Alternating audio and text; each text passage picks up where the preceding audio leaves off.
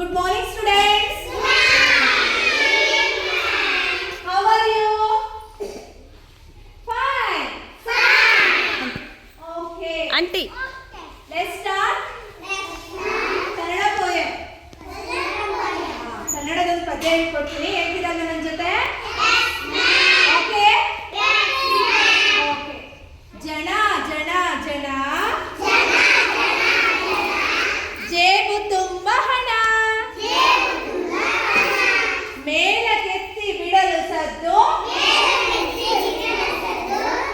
ಟಣ ಟಣ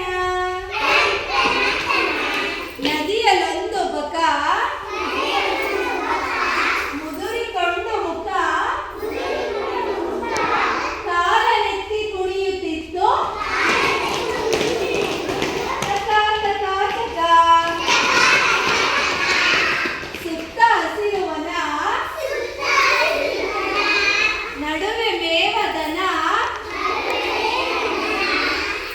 ಮರದ ಬಳಿ ಗೊಲ್ಲನುಳಿ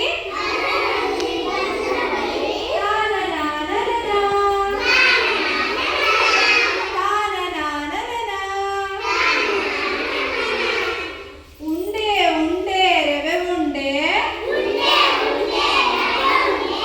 ಡಬ್ಬಿಯಲ್ಲಿ ನಾ ಕಂಡೆ